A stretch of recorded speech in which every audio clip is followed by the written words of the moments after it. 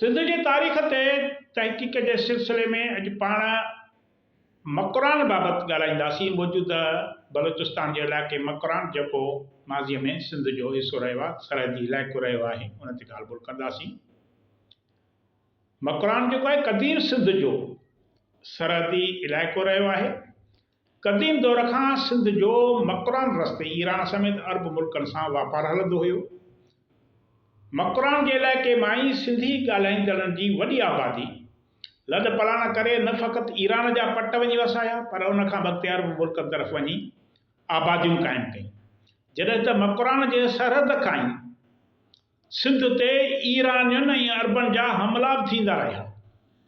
सिंध ते इन तरफ़ खां जेको बि परॾेही वार थींदो हो, उन जो पहिरियों घाव मकरान खे बर्दाश्त करणो पवंदो हो। मकरान में सिंधी ॻाल्हाईंदड़ मुख़्तलिफ़ बिरादरियूं आबाद रहियूं आहिनि। न फ़क़ति माज़ीअ में, पर हाणे बि सिंधी ॿोली ॻाल्हाईंदड़नि जो वॾो अंग मकरान में रहंदड़ आहे। इन सिलसिले में डॉक्टर ग़ुलाम अली अलाना मूजिब लस ॿेले खां सवाइ मकरान ते बि सिंध ऐं सिंध जे हुक्मराननि जो तसलुत रहियो आहे।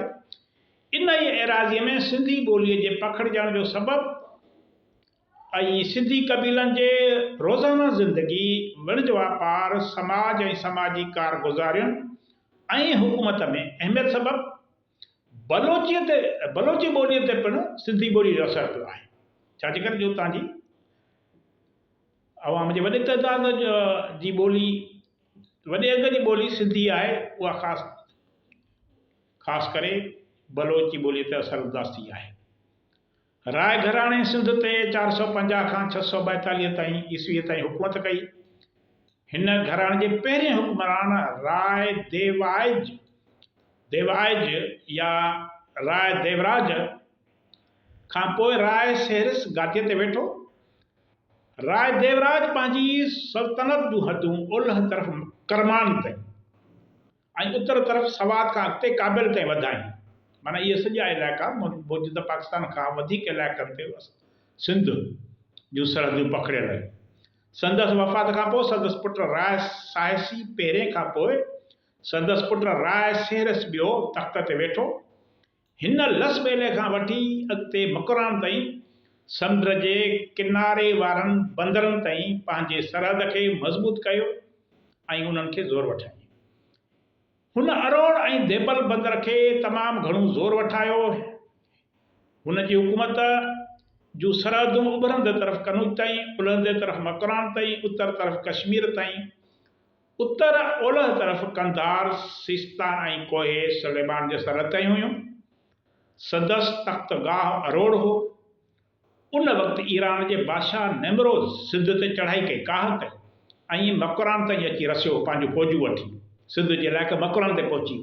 जॾहिं राय सेहरिस खे ख़बर पई त हू पंहिंजो लश्कर वठी ओलह वारी सरहद ते अची पहुतो, सख़्तु जंग लॻी, जंहिंमें राय सेहरिस वतन तां वारजी वियो, क़ुर्बान थी वियो। राजा राय सेहरिस जे मरण खां पोइ संदसि पुटु राय साहसी ॿियो बादशाह बणियो। जंहिं ॾींहुं संदसि वालिद पंहिंजे वतन लाइ सिर ॾिनो, उन ॾींहं खां हिन सिंध आज़ाद साल मल्हाइणु शुरू कयो। यानी हिन फ़तीह जी सोभ जी यादगिरी लाइ सिंधी सन यानी सिंधी काल सोभ वारे ॾींहं खां शुरू कयो। इहो ॾींहुं 4 मार्च 450 ईस्वी हो। हिन हिमत ऐं मर्दानगी सां पंहिंजी हुकूमत खे वधायो ऐं वसी कयो। कंधार खां वठी करमान ताईं संदसि हुकूमत जूं सरहदियूं हुयूं।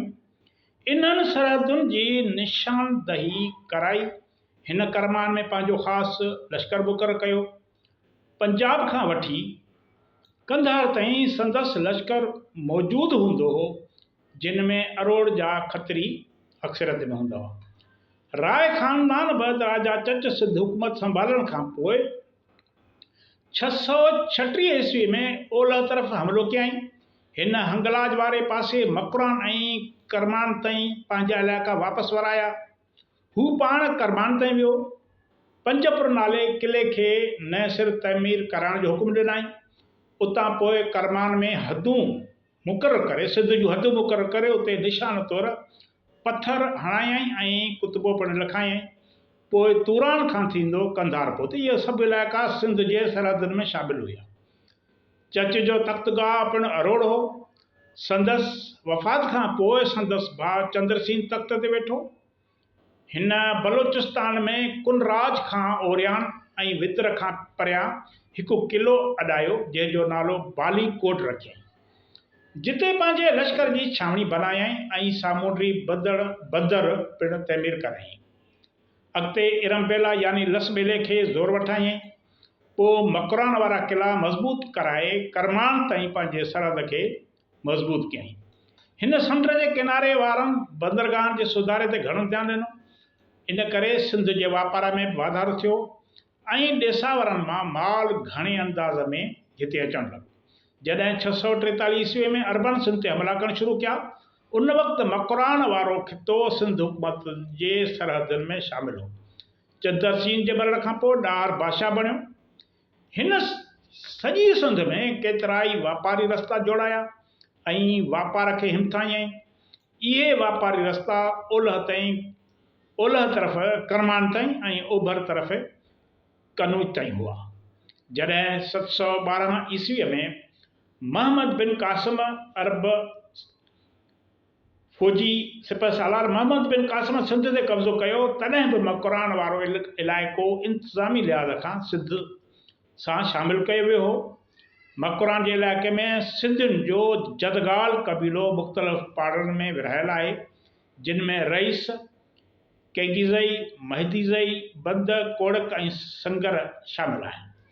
मकरान ज़िले में आमतौर 4 ॿोलियूं मादरी ज़बानुनि तौरु ॻाल्हायूं वेंदियूं आहिनि, जिन में बलोची, जदगाली, लासी ऐं लोरी चीनी या लोड़ी चीनी यानी लोरा बिरादरीअ जी ॿोली। जदगाली ॿोली सिंधी ॿोलीअ जो हिकु लहजो आहे, जीअं असां मथे बयानु कयो आहे। लासी बि सिंधी ॿोलीअ जो लहजो आहे। हीअ ॿोली इन्हनि खितनि में ॻाल्हाई वञे थी जिते जदगाल या सदन पाड़ा ऐं शाखूं आबाद आहिनि। जदगाली खां सवाइ लासी ॿोली बि हिन खिते में ॻाल्हाई वेंदी आहे, जेका सिंधी क़बीलनि जी पंहिंजी मादरी ज़बान आहे या सिंधी ॿोली जो हिकु लहजो आहे। जदगाल क़बीला, सदन पाड़ा ऐं शाखूं तोड़े ॿिया केतिरा ई सिंधी लासी ॻाल्हाईंदड़ क़बीला सॼे मकरान में पखिड़ियल आहिनि। इहे केच ऐं पंजगोर जे वादीअ, तुर्बत, कलांच, कोलवा ऐं ग्वादर जे आसपास आबाद आहिनि। अहिड़ी तरह ईरान में वरी बाहू ऐं दश्तारीअ में बि जदगाल ऐं ॿिया सिंधी ॻाल्हाईंदड़ रहनि था, जेकी हज़ारे सालनि जे गुज़रण जे बावजूदि इन ई हिसे में पंहिंजी ॿोली क़ाइमु रखंदा पिया अचनि। इन ॻाल्हि में को बदा न आहे त मकरान सिंधियुनि जो सरहदी मोर्चो रहियो आहे। हिन मोर्चे तां सिंधियुनि पंहिंजे वतन जे हिफ़ाज़त लाइ पंहिंजूं जानियूं क़ुर्बान कयूं आहिनि। तव्हांजी वॾी महिरबानी। ईंदड़ वीडियो ते इजाज़त ॾींदा।